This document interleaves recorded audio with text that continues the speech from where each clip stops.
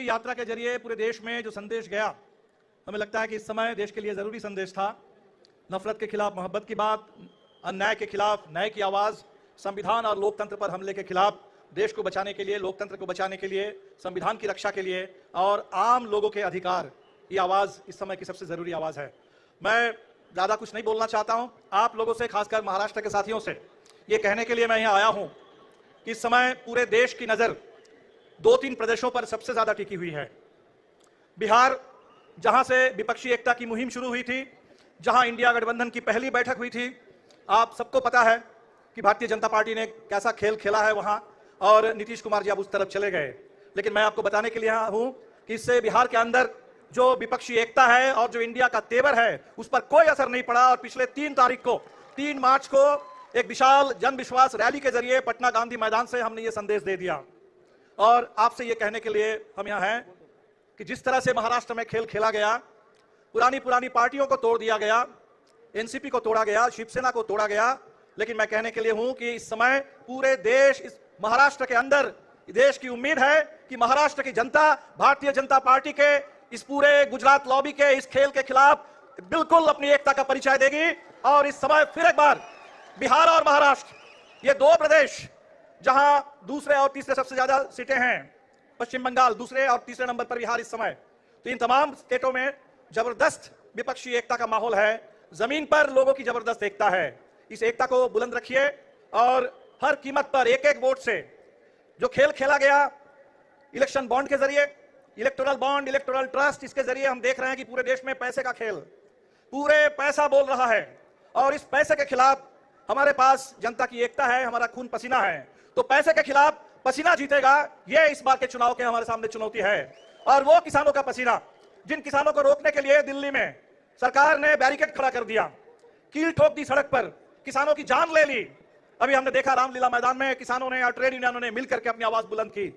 किसानों की एकता, मजदूरों की एकता, पूरे देश में दलित बहुजन समाज और आंदोलन की जबरदस्त एकता, देश की आधी आबादी, महिलाओं की, अभी 8 मार्च के दिन पूरे देश की महिलाओं ने अपनी आवाज बुलंद की, वो एकता, छात्र नौजवान, अभी जेएनयू जिस यूनिवर्सिटी को खत्म करने की कोशिश है, जिसके खिलाफ पूरे नफरत का प्रचार हो रहा है, 22 तारीख को मैं आपको बताऊं, भगत सिंह के शहादत दिवस के पूर्व संध्या पर 22 तारीख को जेएनयू में भी चुनाव होगा। और मुझे पूरा उम्मीद है फिर एक बार जेएनयू के नौजवान भी जेएनयू के अंदर जो खूनी खेल है, इस खेल का भी जवाब देंगे। तो हम लोग तैयारी कर रहे हैं हर संभव तरीके से, आंदोलन के माध्यम से भी और चुनाव के माध्यम से भी। ये वो समय आ गया जब एक वोट, उनके पास संविधान विरोधी इलेक्टोरल बॉन्ड था, हमारे पास जो ताकत है वो संविधान की ताकत।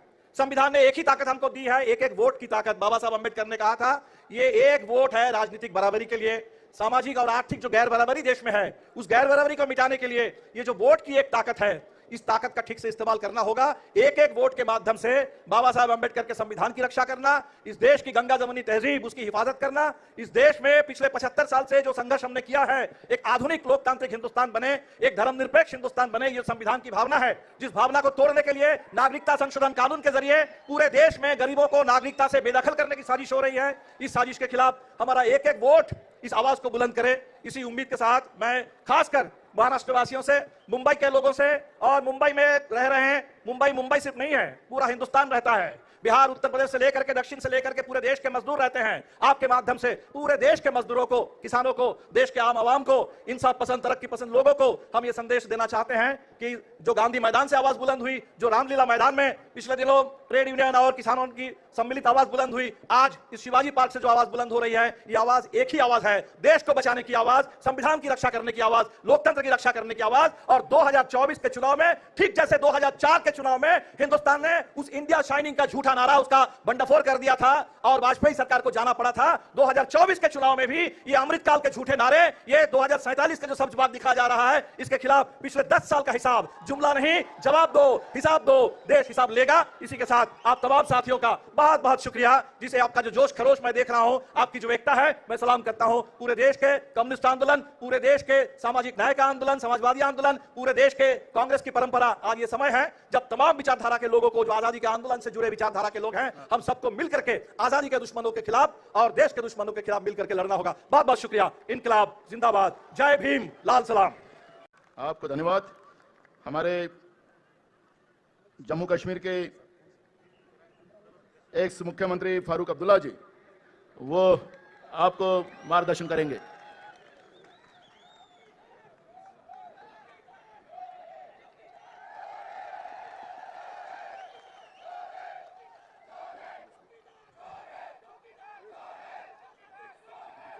भारतवासियों,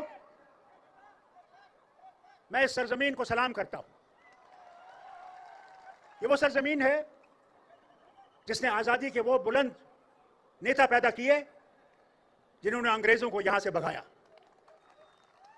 आज दूसरी मुबारक आपको यह करता हूं कि राहुल गांधी जी ने अपनी यात्रा यहां पे जो इन्होंने ईस्ट से शुरू की थी, आज बंबई में समाप्त हुई।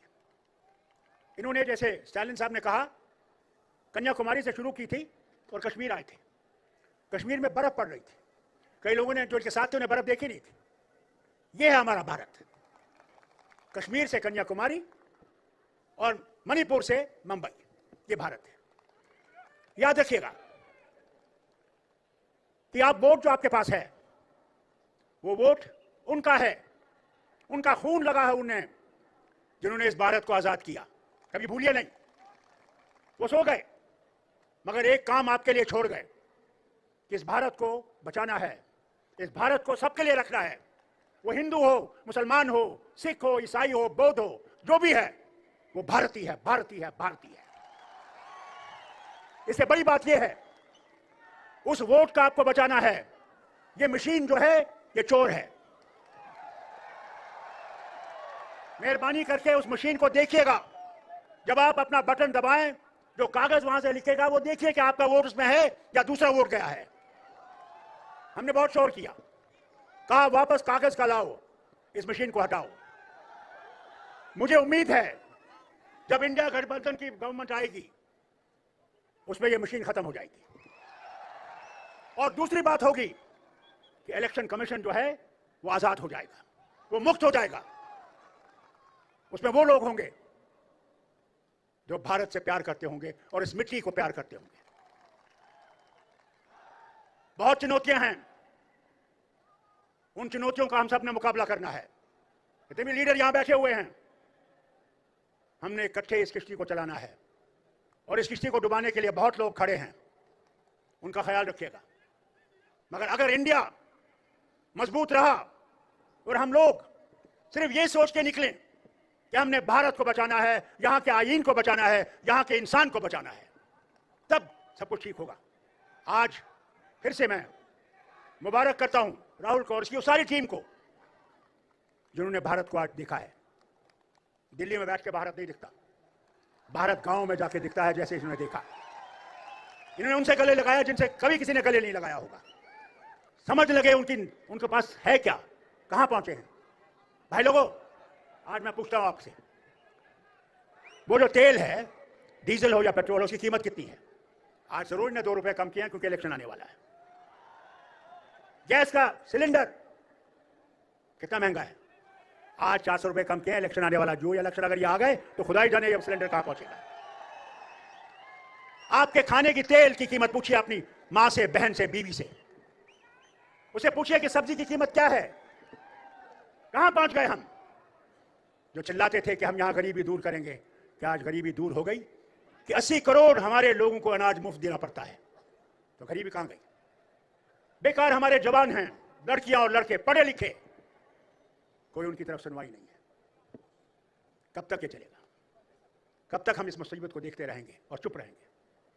आज वक्त आ गया है कि हम इकट्ठे होकर संविधान को बचाएं और इस भारत की जो परंपरा है उसको बचाएं। ये आप तक है। मैं यही ऊपर वाले से मांगता हूं कि आपको हिम्मत दे कि आप अपने आप को और सबको निकाले और वोट डालें। अगर आप वोट नहीं डालेंगे तो फिर आप कुछ नहीं कह सकते, मगर वोट डालिए, आपके हक में नतीजा होगा। यही कहकर मैं फिर से महाराष्ट्र कांग्रेस को मुबारक करता हूं जिन्होंने ये सम्मेलन आज यहां पे इंतजाम किया, और राहुल को मुबारक करता हूं कि इसने ये कदम उठाया और सारे भारत को देखा। मैं उम्मीद करूंगा कि आगे ये याद रखेंगे कि भारत को उठाना है तो अपने आप को कुर्बान करना है। ये याद रखिएगा। जय हिंद, जय महाराष्ट्र। धन्यवाद। मैं अभी आगे की कड़ी में हम आप पार्टी के नेता जो दिल्ली के जो सरकार है उसमें मंत्री है सौरभ भारद्वाज, उनको मैं आमंत्रित करता हूं, वो आके आपका मार्गदर्शन करें।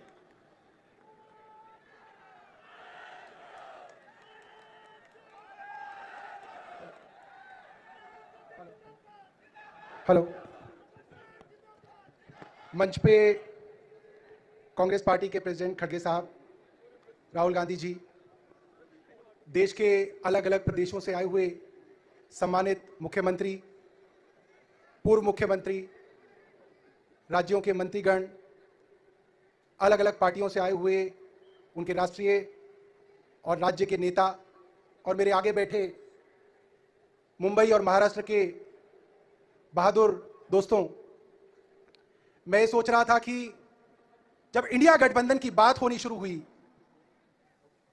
तो हमारे मीडिया के लोग कहते थे कि ये लोग एक साथ नहीं आएंगे, बातचीत होती रहेगी मगर ये लोग एक साथ आ नहीं पाएंगे।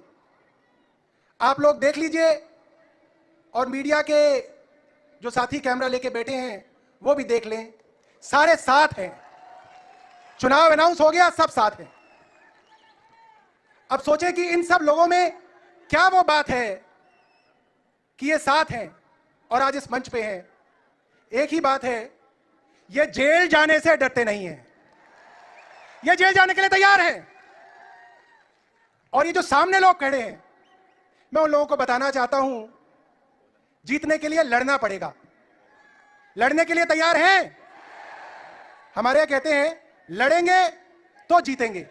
तो मैं बोलूंगा लड़ेंगे, आप बोलोगे जीतेंगे। लड़ेंगे, लड़ेंगे, अरे लड़ेंगे, लड़ेंगे। लड़ना जरूरी है क्योंकि अब लड़े बिना काम नहीं होगा। फारूक अब्दुल्ला जी ने कहा, जैसे राजा की जान तोते में थी, वैसे हमारे राजा की जान ईवीएम में है। तो ईवीएम को हराने के लिए क्या करना पड़ेगा? तो ईवीएम का खेल होता है 5% का, 10% का। इसको सेट किया जाता है कि 10% वोट बढ़ा देगी ईवीएम, 7% वोट बढ़ा देगी ईवीएम। तो मान लो 10% वोट बढ़ा देगी ईवीएम, तो इस बार 20% लोगों को निकल के वोट डालना पड़ेगा, तो ईवीएम हारेगी। बाद में ईवीएम को खत्म भी करेंगे, मगर इस बार ईवीएम को हराने के लिए लोगों को घर से निकलना पड़ेगा। और अगर 10% पे मशीन सेट है तो 20% फालतू लोगों को निकल के वोट डालना पड़ेगा। डालेंगे वोट? डालेंगे। लड़ना जरूरी है, लड़े बिना काम नहीं चलेगा। इलेक्टोरल बोर्ड ने भारतीय जनता पार्टी की पोल खोल दी है, मगर मैं आपको बताऊं, ये सिर्फ राजनीतिक लोग इस बारे में बात कर रहे हैं, जनता तक बात नहीं पहुंच रही है। जनता तक बात कैसे पहुंचेगी मैं आपको बताऊंगा। अब मेरे बाद जब बड़े बड़े नेता यहां पे आए तो आप लोगों को एक काम करना पड़ेगा, सबको अपना फोन, उसमें फेसबुक को खोलना पड़ेगा, फेसबुक को लाइव पे चलाना पड़ेगा और सबको फेसबुक लाइव करना पड़ेगा, तो घर घर पर बात पहुंचेगी, वरना नहीं पहुंचेगी। यह बहुत जरूरी है। मैं अपने घर का आपको उदाहरण देता हूं। मेरे पिताजी हैं, 70 वर्ष से ज्यादा के हैं, मोदी की पॉलिसी से बिल्कुल इत्तेफाक नहीं रखते। 1 मिनट में मैं बात अपनी खत्म करूंगा। मगर पूरे दिन टीवी इतना दिखाता है, इतना दिखाता है, इतना दिखाता है कि कोरोना के अंदर मेरे पिताजी भी दिया जला रहे थे कि भाई पता नहीं दिया जलाने से ही कोरोना हट जाएगा, क्योंकि पूरे दिन टीवी दिखाता है। तो अभी पिछले कुछ दिनों उनको उनके किसी मित्र ने YouTube देखना सिखा दिया, और मैं जब घर जाता हूं वो YouTube पे किसी का वीडियो देख रहे होते हैं। कभी अभिसार को देख रहे होते हैं, कभी अजीत अंजुम को देख रहे होते हैं, कभी साक्षी जोशी को देख रहे होते हैं, कभी किसी और रवीश कुमार को देख रहे होते हैं। तो हम लोगों को, अपने घर के लोगों को YouTube वीडियो देखना सिखाना पड़ेगा, तभी इंडिया जीतेगा। बहुत बहुत धन्यवाद, बहुत बहुत धन्यवाद।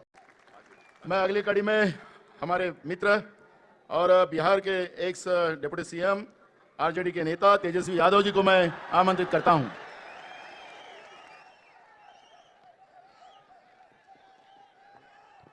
अच्छा, आज के इस सभा में उपस्थित आदरणीय राहुल गांधी जी, मल्लिकार्जुन खड़गे जी, शरद पवार साहब जी, उद्धव ठाकरे साहब जी, प्रियंका गांधी जी, फारूक अब्दुल्ला जी, माननीय अंबेडकर साहब जी, महागठबंधन के इंडिया अलायंस के सभी नेतागण, सभी कार्यकर्तागण, सभी पदाधिकारीगण, मुंबई और महाराष्ट्र से आए हुए सभी हमारे बुजुर्ग अभिभावकों का पैर छू करके प्रणाम करते हैं। माताएं बहनों को नमस्कार करते हैं और अपने नौजवान युवा साथियों को यहीं से गले लगा करके लेकर काम करते हैं। देखिए, आज मुंबई में अंतिम दिन भारत जोड़ो यात्रा का रहा है और सबसे पहले हम राहुल गांधी जी को दिल से धन्यवाद देते हैं कि पूरे देश में इन्होंने यात्रा किया, चाहे कश्मीर से कन्याकुमारी हो या पश्चिमी राज्यों से लेकर के हमारे नॉर्थ ईस्ट स्टेट से लेकर के हर जगह राहुल जी ने यात्रा की है और एक पैगाम, एक संदेश देने का काम किया है, जो कि आज के दौर में बहुत ही जरूरी है, प्रासंगिक है। आज एक तरफ जहां नफरत फैलाया जा रहा है, जहां टकरार की बात की जा रही है, जहां प्रोपेगेंडा किया जा रहा है, जहां देश के संवैधानिक संस्थानों को हाईजैक किया जा रहा है, अस्थायी सरकारों को, चुनी हुई सरकारों को, लोकतंत्र में मतदान जो आप लोगों ने किया वैसी सरकारों को खरीदा जा रहा है, ईडी सीबीआई के जरिए डरा करके तोड़ा जा रहा है, गिराया जा रहा है, जहां सच नहीं केवल झूठ का प्रोपेगेंडा चलाया जा रहा है, संविधान लोकतंत्र पे खतरा है, वहां आदरणीय राहुल गांधी जी ने सभी लोगों को जोड़ने के लिए, देश के लोकतंत्र को बचाने के लिए, देश के संविधान को बचाने के लिए, अमन चैन भाईचारा कायम करने के लिए, नफरत को हराने के लिए इन्होंने जो भारत जोड़ो यात्रा किया है, इसके लिए हम दिल से धन्यवाद इनको देना चाहते हैं, कांग्रेस पार्टी को देना चाहते हैं। और यहां बैठे हुए सभी महागठबंधन और इंडिया अलायंस के जो भी हमारे नेता हैं, उनको भी हम धन्यवाद देते हैं कि इस दौर में जहां पूरी ताकतें लगाई गई हों, डराया जा रहा हो, लोगों को लालच दिया जा रहा हो, लेकिन हम सब लोग मिलकर के इस देश के संविधान और लोकतंत्र, भाईचारा और जो इस देश की खूबसूरती, डाइवर्सिटी है, उसको बचाने के लिए एकजुट हुए हैं। कोई मोदी जी को हराने के लिए नहीं, उस सोच को हराने के लिए जो देश को बांटना चाहती है, उसके लिए हम लोग एक हुए हैं। हमारी लड़ाई व्यक्तिगत मोदी जी से, अमित शाह जी से नहीं है। हम लोग तो हमेशा से उन विचारधारा के लोगों से लड़ाई लड़ने का काम किए हैं जिन्होंने हमेशा से, जिनका आजादी में कोई योगदान ना रहा हो, जो तिरंगा ना फहराए हो अपने दफ्तर पे, और आज कहते हैं वो देश के सबसे बड़े देशभक्त हैं। अरे मेरा मानना है कि देश में सबसे बड़ा अगर अपना दुश्मन है तो बेरोजगारी है, महंगाई है, आज गरीबी है, वो सबसे बड़ा दुश्मन है। आज मुद्दे की बात नहीं होती। मोदी जी समुद्र के अंदर चले जाएंगे, कारपेट बिछा करके बैठ जाएंगे, उसकी चर्चा होती है। लेकिन किसान भाइयों का आय दुगुना का वादा किया था। जब हम लोग सवाल पूछते हैं, राहुल जी सवाल पूछते हैं, क्या हुआ 2 करोड़ रोजगार का, क्या हुआ 15-15 लाख का, तब ये गोदी मीडिया और भाजपा के कुछ लोग एनर्जी ड्रिंक पी करके हम लोगों को गाली देने का काम करते हैं। और पटना की जो रैली हुई, 10 लाख से भी ज्यादा लोग आए पटना में, जन विश्वास रैली हम लोगों ने किया। और आज का जो जन सैलाब देकर के फिर से मीडिया के लोग, भाजपा के लोग एनर्जी ड्रिंक पीना पड़ेगा। अरे डरने वाले लोग नहीं है यहां, हम लोग लड़ने वाले हैं, अपने लिए नहीं, आपके लिए लड़ने आए हैं, आपकी लड़ाई लड़नी है। इसलिए हम ये पैगाम लेकर के आए हैं लालू जी का। डॉक्टर के सलाह पे ज्यादा घूमने से मना किया गया है, लेकिन लालू जी अभी भी तैयार हैं मोदी जी का दवाई करने के लिए। उनको कितना भी सताया जाए, डराया जाए, उनका बाल पक गया इनसे लड़ते लड़ते, लेकिन वो डरे नहीं, झुके नहीं। आज महाराष्ट्र में, खासतौर पे बंबई में राहुल जी ने निमंत्रण दिया और हम लोग यहाँ आए हैं। और यहाँ बिहार के लोग भी काफी बड़ी तादाद में बसते हैं। हम रउआ लोग इनके भी कहते नहीं, बच के रहिए भाजपा के लोग से। ये लोग गोबर को भी हलवा दे करके परोस देता है, इतना झूठ बोलते हैं। हम तो पहले भी कई बार कहे, मोदी जी प्रधानमंत्री है ठीक है, लेकिन साथ ही साथ वो झूठ बोलने के फैक्ट्री भी है। मोदी जी झूठ बोलने के मैन्युफैक्चरर भी है, होलसेलर भी है और डिस्ट्रीब्यूटर भी है। ये उनका काम है। हम लोग सच्चे लोग हैं और सच्चे लोगों को कितना भी डराओगे, डरते नहीं, सांच को आंच क्या, इसलिए हम लोग लड़ेंगे। इनके गीदड़ भपकी से हम लोग डरने वाले हैं। आप बताओ, आप लोग डरोगे? लड़ाई लड़ोगे कि नहीं लड़ोगे? साथ दीजिएगा ना सबका। हम तो कहना चाहते हैं, राहुल गांधी जी जो यात्रा की है, ये हो सकता है पहला चरण हो, लेकिन यात्रा तो हमेशा हम लोगों को करना पड़ेगा, चाहे सत्ता में आए या ना आए। हमको जनता के बीच उनके सुख का दुख दर्द का भागीदार बनना पड़ेगा। हमेशा जनता के बीच रहना होगा, क्योंकि इन लोगों ने इतना नफरत फैलाया, इतना नफरत फैलाया है, आपस में इतना भेदभाव करा दिया है कि आज सोचना पड़ेगा कि इस भेदभाव और नफरत को मिटाने में कितने साल लगेंगे। इसके लिए हमको हमेशा सब लोगों के बीच, जनता के बीच रहना होगा। और जो प्यार का और जो आप कहते हैं जो दुकान खोला है, मोहब्बत की दुकान, इसको बंद मत कीजिएगा कभी। हमेशा आगे झंडा बुलंद करने का काम कीजिएगा। आज यहाँ शरद पवार जी भी हैं, उद्धव जी भी हैं। आपको पता है ऑपरेशन लोटस हो रहा था, यहाँ विधायकों को खरीदा जा रहा था, डराया जा रहा था। या एक बात बता देते हैं, आज महाराष्ट्र सरकार में जितने लोग बैठे हैं कोई लीडर नहीं है, सब डीलर है। शरद जी के नाम पे, एनसीपी के नाम पे वोट लेंगे, भाजपा से डीलिंग कर लेंगे। राहुल गांधी जी के नाम पे वोट लेंगे, भाजपा से डीलिंग कर लेंगे।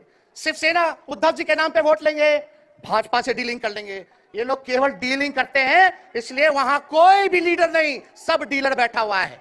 और जो डरे डरे लोग गए, अच्छा हुआ चले गए, उससे कोई फर्क पड़ने वाला नहीं है। हमको कितना भी मिटाने का कोशिश करोगे, फिर से हम कारवा बनाने का हौसला रखते हैं। इसलिए हम सब लोग यही आए क्योंकि जनता, आप सब लोग हमारे मालिक हैं और आप लोगों का आशीर्वाद मिलता रहना चाहिए। अरे महाराष्ट्र में तो कम से कम विधायकों को ले गए, बिहार में तो हमारे चाचा को ही हाईजैक कर लिया। बड़ा सुनते हैं, मोदी जी बार बार कहते हैं कि मोदी जी की गारंटी जो है सबसे मजबूत वाली गारंटी है।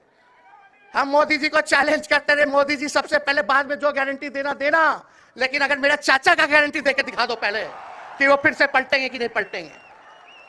तो हम लोग, चलो बिहार में चाचा जी गए तो गए, हमारी शुभकामनाएं, बड़े हैं, अभिभावक हैं, लेकिन वहां जो आवाम का ताकत मिल रहा है, राहुल जी आए थे, सब लोग आए थे, जो प्यार मिल रहा है वो हम इतना आप लोगों को कह सकते हैं कि बिहार में भाजपा जो भी सोचती हो, सर्वे वाले कुछ भी दिखाते हो, गोदी मीडिया के लोग, लेकिन बिहार में इस बार चौंकाने वाला रिजल्ट हम ला करके देने का काम करेंगे। और आप लोगों को भी कहेंगे कि एकजुट हो जाइए, एकजुट होकर के लड़ाई लड़िए। ये मोदी जी क्या बोलते हैं, 2 करोड़, हम मोदी जी को चैलेंज करके बोलते हैं 17 महीने केवल डिप्टी सीएम हम बिहार के रहे, 5 लाख लोगों को सरकारी नौकरी दिया।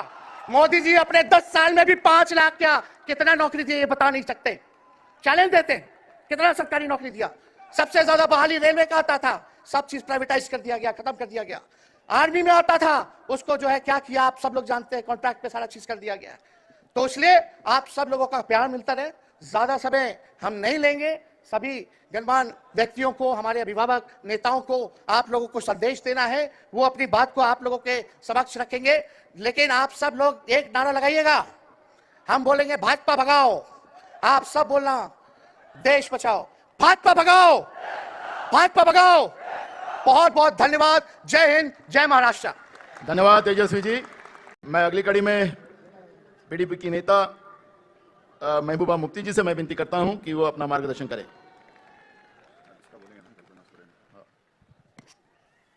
कांग्रेस पार्टी के प्रेसिडेंट खड़गे साहब, राहुल गांधी जी और जितने भी यहाँ स्टेज पे बैठे नेता, लीडर्स, और यहाँ महाराष्ट्र, मुंबई से आए हुए जितने भी भाई बहन, बुजुर्ग, बच्चियाँ, सबको मेरा आदाब, मेरा सलाम। आज मैं राहुल जी को उनकी यात्रा पूरी करने के लिए मुबारकबाद देना चाहती हूँ और साथ में कहना चाहती हूँ, राहुल जी, इस मुल्क ने, हिंदुस्तान ने गांधी जिसका नाम है उससे बड़े बड़े इम्तिहान लिए, बड़ी बड़ी कुर्बानियाँ ली हैं। चाहे वो महात्मा गांधी जी हो जिन्होंने आज़ादी की लड़ाई लड़ने के बाद इस मुल्क की आत्मा को बचाने के लिए अपनी जान दी, चाहे आपकी दादी इंदिरा जी हो जिसने इस मुल्क के लिए आखिरी कतरा खून का दिया, चाहे आपके पिताजी राजीव गांधी जी हो जिन्होंने इस मुल्क को अपने खून से सींचा। इसलिए आपके ऊपर ये जो भार है, ये जो जिम्मेदारी है, ये इसलिए आई है कि आपके नाम के पीछे गांधी नाम है, जिससे बीजेपी के लोग बहुत डरते हैं और आगे भी डरेंगे। आज मैं देख रही हूं यहां हम अलग अलग सोच, अलग अलग विचार के लोग जमा हो गए हैं। यही हिंदुस्तान है, यही भारत है जहां अलग अलग सोच होती है। यही हमारे संविधान ने हमें इख्तियार दिया है, अधिकार दिया है कि हम सबको मिलजुल के रहने का। मगर आज मैं आपको एक संदेश देना चाहती हूं, इलेक्शन आने वाले हैं, संविधान का सबसे ताकतवर हथियार आपका वोट आपके हाथ में है। आपने एक वक्त था सबसे प्रिय प्रधानमंत्री जो मेरी नजर में थी, इंदिरा जी को, जिसने 10 साल की उम्र में आजादी की लड़ाई लड़ी, जिसने बांग्लादेश को आजाद किया, जिसने अपना आखिरी कतरा खून का इस भारत के लिए दिया, उसको भी अपने वोट से आपने बाहर कर दिया। आपने 2014 में मोदी जी को चुना, जिन्होंने कहा सबका साथ, सबका विकास, सबका विश्वास, जिन्होंने कहा मैं हर साल 2 करोड़ नौकरियां दूंगा, जिन्होंने कहा 15 लाख रुपए जमा करूंगा तुम्हारे खाते में, जिन्होंने कहा कांग्रेस 450 रुपए में गैस सिलेंडर देती है, मैं 400 में दूंगा, जिन्होंने कहा औरतों के साथ ज्यादती हो रही है, मैं उनकी रक्षा करूंगा, और आपने वोट दे दिए। मगर 2019 में उन्होंने कुछ भी ऐसा काम नहीं किया और पुलवामा के शहीदों के नाम वोट मांगे, उन शहीदों के नाम जिनके लिए सतपाल मलिक साहब कहते हैं कि उनको उनकी लापरवाही की वजह से शहीद होना पड़ा। आपने फिर वोट दिए, और आज 10 साल के बाद मोदी जी न 10 करोड़ नौकरियां, न 15 लाख जमा, न औरतों की सुरक्षा, न किसानों की डबल आयु, न एमएसपी, कुछ भी नहीं, मगर आप कहते हैं 400 पार। ये 400 पार क्यों करना चाहते हैं? आप मेरी बात सुनिए, क्योंकि ये संविधान को बदलना चाहते हैं, आपके हाथ में से आपका वोट छीनना चाहते हैं, ताकि जिस वक्त आप लोग जाग जाओ, आप इनको बाहर करना चाहो, आपके वोट में वो ताकत नहीं रहेगी। हम ऐसे हो जाएंगे जैसे चीन में वो किसी को भी वोट डालते हैं, चुना एक आदमी जाता है, एक जमात चुनी जाती है, जैसे प्यूटन रशिया में चुना जाता है। मोदी जी इस मुल्क को ऐसा ही बनाना चाहते हैं कि आपके वोट को, अगर आपने इस इलेक्शन में सोच समझ के वोट नहीं डाला तो आपके वोट की कोई ताकत नहीं रही। मैं जम्मू कश्मीर से आती हूँ, वहां संविधान खत्म है, चाहे जम्मू हो, कश्मीर हो, लद्दाख हो, आप आते हैं टूरिस्ट बन के, देखते हैं सब ठीक है, कुछ ठीक नहीं है, आप ले चले जाइए, वहां हजारों के लोग सड़कों पे मिलेंगे, मगर कश्मीर में कोई सड़क पे नहीं आता है, अगर आता है उसको जेल में डालते हैं। खुदा के लिए जो हाल हमारा है वो हाल आपका भी हो जाएगा अगर आप इस इलेक्शन में सोच समझ के वोट नहीं डालेंगे, संविधान को बचाने के लिए वोट नहीं डालेंगे, इंडिया अलायंस को सामने लाने के लिए वोट नहीं डालेंगे। राहुल जी की कुर्बानियां, इनके खानदान की, इनकी फैमिली की कुर्बानियां, अगर आप उनको बचाने के लिए वोट नहीं डालेंगे तो आप भी नहीं बचेंगे। मैं आप सबकी बहुत शुक्रगुजार हूं, मुझे बताया गया 5 मिनट में बात खत्म करनी है। बहुत बहुत शुक्रिया। धन्यवाद मुफ्ती जी। मैं अगली कड़ी में हमारे झारखंड के मुख्यमंत्री जो थे हेमंत सोरेन जी, उनको झूठे केस में फंसाकर मुख्यमंत्री पद पर रहने के बाद भी उनको जेल में डालने का काम केंद्र के बीजेपी और नरेंद्र मोदी की सरकार ने किया। उनका मैसेज लेके यहाँ पर हमारी बहन कल्पना सोरेन जी वो आई हैं, उनकी पत्नी है ये, वो यहाँ पे उनका संदेश देने आई है। जोहार। आज इस मंच पे इंडिया, जो आप देख सकते हैं, उत्तर से लेकर दक्षिण तक, पूरब से लेकर पश्चिम तक पूरा यहाँ समागम है।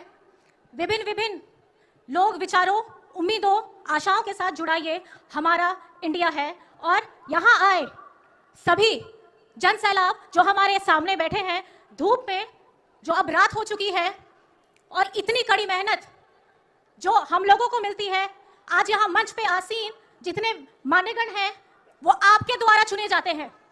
और सबसे बड़ा धन्यवाद आप लोगों को कि आपका प्यार, आपका स्नेह और आपका आशीर्वाद आने वाले चुनावों में अपने भविष्य को अगर आपको चिंता है तो उसको बदल करके दिखाइए, क्योंकि सामने में जो तानाशाही शक्ति खड़ी है वो आपके अधिकारों और हक का हनन करने के लिए खड़ी है। क्योंकि जिस तरीके से महाराष्ट्र में भी लोगों को खरीदकर यहां की सरकार तोड़ी गई, लेकिन झारखंड में हमारे महागठबंधन के सभी विधायकों ने मिलकर उस शक्ति को दिखाया कि जितनी भी बड़ी शक्ति क्यों ना आ जाए, झारखंड की सरकार को हिला नहीं पाई है। चेहरा बदल गया है। चंपई चाचा जी यहाँ बैठे हैं। हेमंत जी के नेतृत्व में पिछले 4 वर्षों से जितनी कल्याणकारी योजनाएं बनाई गई हैं, जिसमें महिलाओं, बेटियों, बच्चों, बुजुर्गों, दिव्यांग सबके लिए योजनाएं हैं, और आज उसी योजनाओं को आगे बढ़ाते हुए हमारे वर्तमान माननीय मुख्यमंत्री जी चंपई चाचा जी अग्रसर हैं, उसको तेजी से बढ़ा रहे हैं। जिस षड्यंत्र से आज मेरे पति को जेल में डालने का प्रयास किया गया, आने वाले समय में बहुत सारे और भी लोग होने वाले हैं, उनका नाम जुड़ने वाला है। लेकिन मेरी यही दरख्वास्त है सभी पार्टी के लोगों से, सभी गणमान्य लोगों से, सभी जनसैलाबों से जो सामने बैठे हैं, कि आपको लड़ना नहीं, आपको डरना नहीं है। क्योंकि आज झारखंड में एक लाइन बहुत मशहूर हो रही है, झारखंड झुकेगा नहीं। और आज इस शिवाजी पार्क के ऐतिहासिक मैदान से मैं उस तानाशाही शक्ति के खिलाफ ये कह देना चाहती हूं, इंडिया झुकेगा नहीं। और इंडिया रुकेगा नहीं। हमारे माननीय राहुल गांधी जी की महीनों की ताकत जो आपसे मिली है, अपना पसीना बहा के उन्होंने किया, आप लोगों को अपने साथ जोड़ करके किया, आज मैं उनका बहुत बहुत धन्यवाद और आभार करती हूं, क्योंकि उन्होंने मणिपुर की उस धरती को चुना जहां उस समय आग लगी हुई थी। मैं एक आदिवासी वर्ग से आती हूं। उस समय मणिपुर का जो हाल हो रहा था, खासकर महिलाओं के साथ जो हाल हो रहा था, उसकी सूद लेने वाला कोई नहीं था। आज भी वहां की राज्य सरकार मूक है, केंद्र सरकार मूक है, लेकिन हमारे माननीय राहुल गांधी जी का हृदय इतना बड़ा है, उनको वो पीड़ा दिखी और उन्होंने उस धरती को चुना, जिसके लिए मैं आपको बहुत बहुत आभार करती हूं।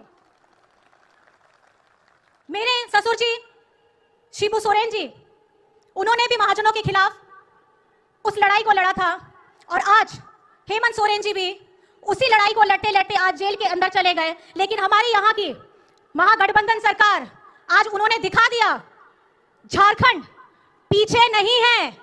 झारखंड का वो कद्दावर नेता जो आज यहां से शक्ति लेके गया था, आज भले वो जेल के पीछे है, लेकिन आने वाला वक्त, आने वाला चुनाव ये दिखा देगा कि झारखंड में अब भाजपा का कमल कभी नहीं खिलेगा। वहां अगर रहेगा तो महागठबंधन की सरकार रहेगी। अंत में आप सभी को बहुत बहुत धन्यवाद है, बहुत बहुत जोहार है। जय हिंद, जय झारखंड। आप सबका यहां बहुत बहुत स्वागत। पिछले साल कन्याकुमारी से कश्मीर तक हमने यात्रा की। यात्रा करनी पड़ी। अगर मैं अपने आप से पूछता 2004 में, 2010 में, 2014 में कि मुझे 4000 किलोमीटर कन्याकुमारी से कश्मीर चलना पड़ेगा, मैं ऐसी बात सोच भी नहीं सकता था। यह यात्रा, शांत हो जाए, यह यात्रा हमें क्यों करनी पड़ी? क्योंकि देश का जो कम्युनिकेशन का सिस्टम है, चाहे वो मीडिया हो, सोशल मीडिया हो, वो आज देश के हाथ में नहीं है। जनता के जो मुद्दे हैं, बेरोजगारी, हिंसा, नफरत, महंगाई, किसानों के मुद्दे, अग्निवीर के मुद्दे, जवानों के मुद्दे, वो मुद्दे आपको मीडिया में नहीं दिखाई देंगे। तो हमने ये यात्रा करनी पड़ी क्योंकि और कोई चारा नहीं था। देश के ध्यान को पकड़ने के लिए विपक्ष को 4000 किलोमीटर, और सिर्फ राहुल गांधी नहीं चला, यह गलतफहमी में मत रहिए कि ये राहुल गांधी चला है। सब पार्टियों के, सब विपक्ष के पार्टियों के लोग चले, सब नेता आए, हिंदुस्तान का पूरा विपक्ष इन यात्राओं में शामिल हुआ। शरद पवार जी आए, उद्धव जी आए, तेजस्वी आए। सोशल मीडिया में भी आप गलतफहमी में मत रहिए। किसी ने कहा कि सोशल मीडिया एक रास्ता है, सोशल मीडिया रास्ता नहीं है। उस पर भी कंट्रोल है। अमेरिका की कंपनियों पर दबाव है। तो काफी डिस्कशन होता है कि हम बीजेपी से लड़ रहे हैं। लोग सोचते हैं कि हम सब एक राजनीतिक दल के खिलाफ लड़ रहे हैं। देश भी सोचता है कि ये जो नेता स्टेज पे बैठे हैं, अलग अलग पॉलिटिकल पार्टी से हैं, ये एक राजनीतिक पार्टी से लड़ रहे हैं। ये सच नहीं है, ये गलत है। हम राजनीतिक पार्टी से नहीं लड़ रहे हैं और ये समझने की जरूरत है। हिंदुस्तान के युवाओं को यह बात समझनी होगी। कोई और कहता है ये सब लोग एक व्यक्ति के खिलाफ लड़ रहे हैं, नरेंद्र मोदी के खिलाफ लड़ रहे हैं। नहीं, हम एक व्यक्ति के खिलाफ भी नहीं लड़ रहे हैं, ना हम बीजेपी के खिलाफ लड़ रहे हैं, ना हम एक व्यक्ति के खिलाफ लड़ रहे हैं। एक व्यक्ति को चेहरा बनाकर ऊपर डाल रखा है। हिंदू धर्म में शक्ति शब्द होता है, हम शक्ति से लड़ रहे हैं, एक शक्ति से लड़ रहे हैं। अब सवाल उठता है वो शक्ति क्या है? जैसे किसी ने यहां कहा राजा की आत्मा ईवीएम में है। सही है, सही है, राजा की आत्मा ईवीएम में है। हिंदुस्तान की हर संस्था में है, ईडी में है, सीबीआई में है, इनकम टैक्स डिपार्टमेंट में है। एक वरिष्ठ नेता, नाम नहीं लेना चाहता हूं, इसी प्रदेश के एक वरिष्ठ नेता कांग्रेस पार्टी को छोड़ते हैं और रो के कहते हैं, मेरी मां से रो के कहते हैं कि सोनिया जी मुझे शर्म आ रही है, मेरे में इन लोगों से, इस शक्ति से लड़ने की हिम्मत नहीं है, मैं जेल नहीं जाना चाहता हूं। और ये एक नहीं है, ऐसे हजारों लोग डराए गए हैं। क्या आप सोचते हो शिवसेना के लोग, एनसी के लोग ऐसे ही चले गए? नहीं, जिस शक्ति की मैं बात कर रहा हूं, उन्होंने उनका गला पकड़कर उनको बीजेपी की ओर किया है और वो सब डर के गए हैं। 4000 किलोमीटर चला, उसके बाद 6000 किलोमीटर मणिपुर से महाराष्ट्र, मुंबई, धारावी।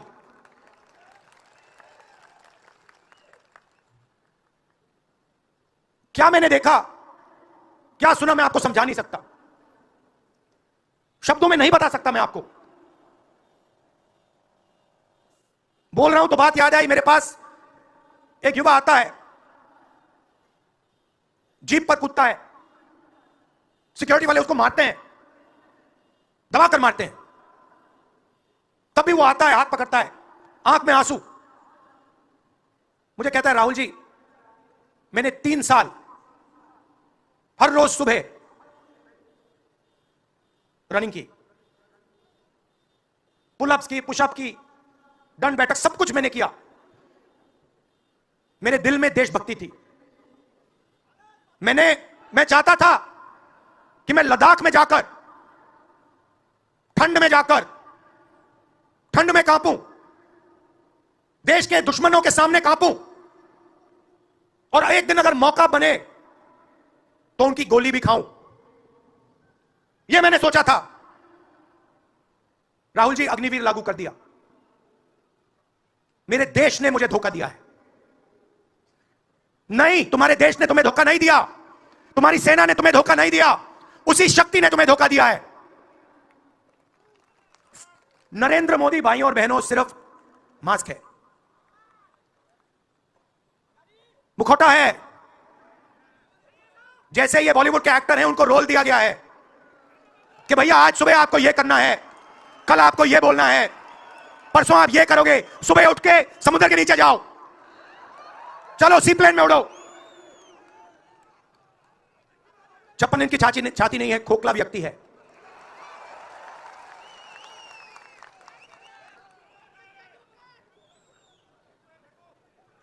धारावी को देखिए आप, मुझसे पूछा गया कि ये जो यात्रा होगी कहां से कहां होगी। मैंने सोचा एक बात क्लियर थी, मणिपुर से शुरू होगी। क्यों? वहां पे किसी शक्ति ने सिविल वॉर का माहौल बना रखा है, भाई भाई को मार रहा है, गोली मार रहे हैं, तो शुरुआत तो वहां से होगी। और फिर मैंने सोचा अगर हिंदुस्तान को नया विजन देना है तो यात्रा धारावी में खत्म होगी। यह हुनर का कैपिटल है, हिंदुस्तान के टैलेंट का, स्किल का, हुनर का कैपिटल है। और इनको यहीं से, मुंबई से, इनके घरों से वही शक्ति इनको उठाकर बाहर फेंक रही है। एक साथ मिलकर वही शक्ति इन लोगों की जिंदगी बर्बाद करने में लगी हुई है। मैं आपको इस स्टेज से बता रहा हूं, चाइना में एक शहर है, उसका नाम शेंजन है। सच्चा मुकाबला उस शहर से है जो आपको मीडिया में कभी कोई नहीं बताएगा। धारावी शेंजन का मुकाबला कर सकता है। बैंक के दरवाजे इन बच्चों के लिए खोलो, इन बच्चों को सरकार की मदद करो, और फिर देखो ये शेंजन का क्या करते हैं। उठा के परे कर देंगे शेंजन को ये लोग। Made in Mumbai, made in Dharavi, made in China को उड़ा के हटा देगा, परे कर देगा। मगर नहीं, 22 लोग हैं यहां पे, 22 लोगों के पास उतना ही धन है जितना हिंदुस्तान के 70 करोड़ लोगों के पास है। हिंदुस्तान में इंटरनेशनल एयरपोर्ट खुलवाने के लिए साल लग जाते हैं। 10 दिन में शादी के लिए इंटरनेशनल एयरपोर्ट खुल जाता है। वो ठीक है, कोई बड़ी बात नहीं है। अगर 10 दिन में शादी के लिए खुल जाता है वो ठीक है, करना है करो। मगर बाकी हिंदुस्तान में भी तो खोलो, बाकी प्रदेशों में खोलो। इन्होंने क्या गलती की है? 50% हिंदुस्तान की आबादी पिछड़े वर्ग की है, 15% दलित, 8% आदिवासी, 15% माइनॉरिटी, 5%, 7% गरीब जनरल कास्ट के लोग। मीडिया के मालिकों की लिस्ट निकालिए, नाम दिखा दीजिए मुझे। दलित का नाम दिखा दो, आदिवासी का नाम दिखा दो, पिछड़े का नाम दिखा दो लिस्ट में। एक नहीं मिलेगा आपको। मैं ढूंढ रहा हूं, महीनों से ढूंढ रहा हूं। इनकी गलती नहीं बेचारों की। जैसे मोदी जी मुखौटे हैं, जैसे उनका रिमोट कंट्रोल इनका भी है।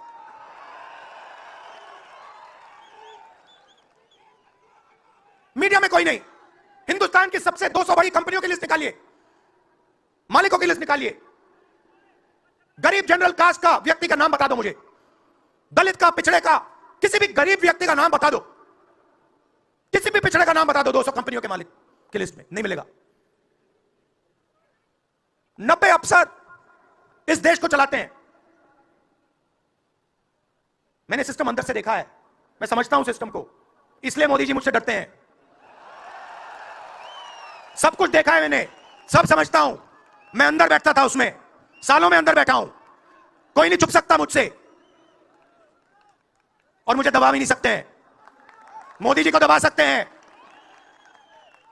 तो 90 लोग हैं, उसमें 3 पिछड़े हैं, 3 दलित, 1 आदिवासी। फर्स्ट जनरेशन गरीब जनरल कास्ट का मुझे दिखा दो, उसमें 1 नहीं मिलेगा। बजट में 100 रुपए खर्च होते हैं,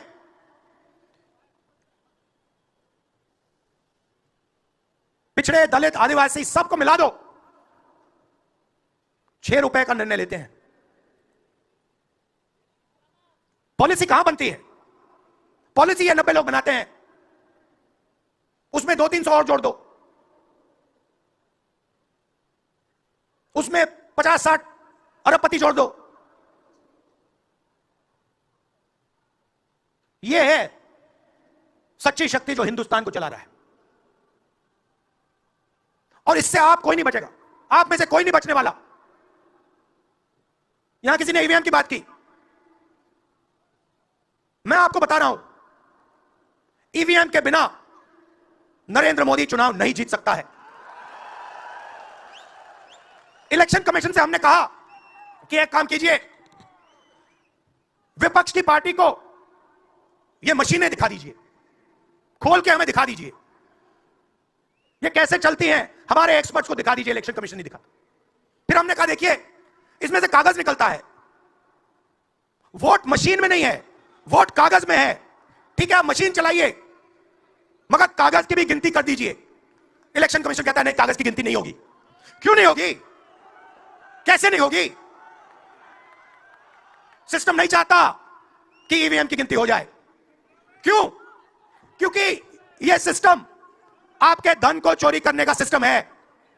ये आप लोग जीएसटी देते हो, उतनी ही जीएसटी देते हो जितना अदानी देता है। 18% शर्ट पे देते हो, उतनी वो देता है। उसकी आमदनी लाखों करोड़ रुपए, आपकी 50,000 रुपए। और फिर देखो पैसा कहां जाता है। कोई भी स्कीम देख लो, फसल बीमा योजना देखो, 35,000 करोड़ रुपए 16 कंपनियों को जाता है। उसमें आपको एक दलित नहीं मिलेगा, एक पिछड़ा नहीं मिलेगा, एक गरीब नहीं मिलेगा। कानून या 90 लोग बनाते हैं, पैसा जाता है 16 कंपनियों में। और जब हमारे किसान कहते हैं ओला गिर गया, बारिश हो गई, बर्बाद हो गए, वो कहते हैं भैया नहीं, तुम्हें मुआवजा नहीं मिलेगा, ये तुम्हारा है ही नहीं, तुम्हें कैसे मिलेगा, मर जाओ जाके। नरेंद्र मोदी जी का काम आपके ध्यान को भटकाने का है। कभी आपसे कहेंगे देखो देखो चाइना की ओर देखो, पाकिस्तान की ओर देखो।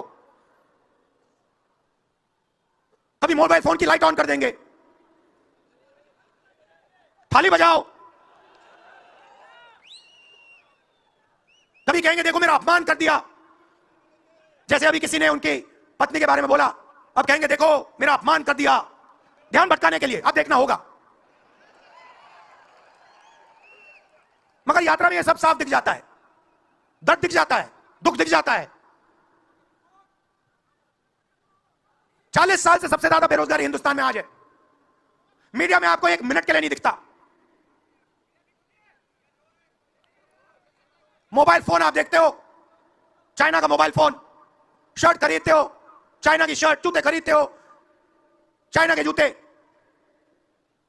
चाइना के युवा को फायदा हो रहा है, और किसको फायदा हो रहा है? और किसको फायदा हो रहा है? यह आपने कभी पूछा अपने आप से? जब चाइना का यहां माल बिकता है, सिर्फ चाइना को फायदा नहीं होता, हिंदुस्तान के अरबपतियों को भी फायदा होता है भाई और बहनों। इसलिए धारावी को कभी उठने नहीं देंगे। इसलिए धारावी को यह सरकार कभी सपोर्ट नहीं दे सकती। पूरा सिस्टम कंट्रोल में है।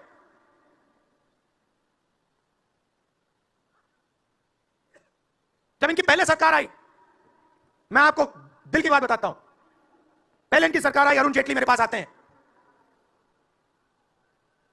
कमरे में बैठते हैं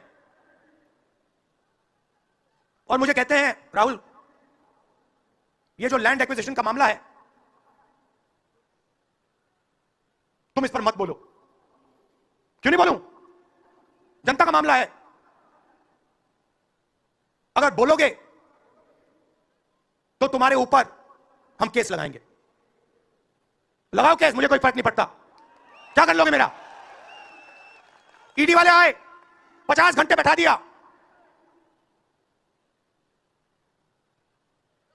अंत में पता क्या बोलता है ईडी का अफसर? मुझे पता क्या बोलता है? कहता है राहुल जी, आप किसी से नहीं डरते हो, आप नरेंद्र मोदी को हरा सकते हो।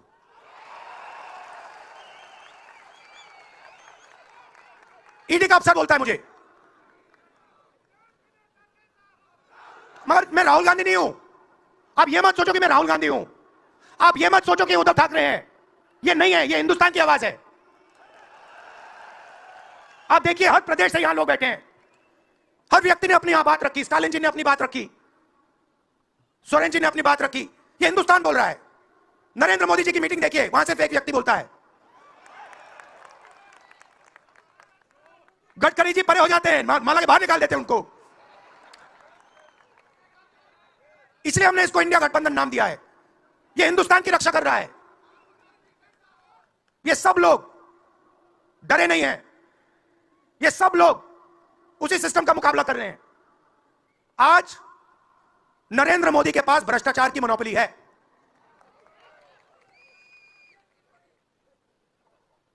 इलेक्टोरल बॉन्ड्स का सिस्टम निकाला।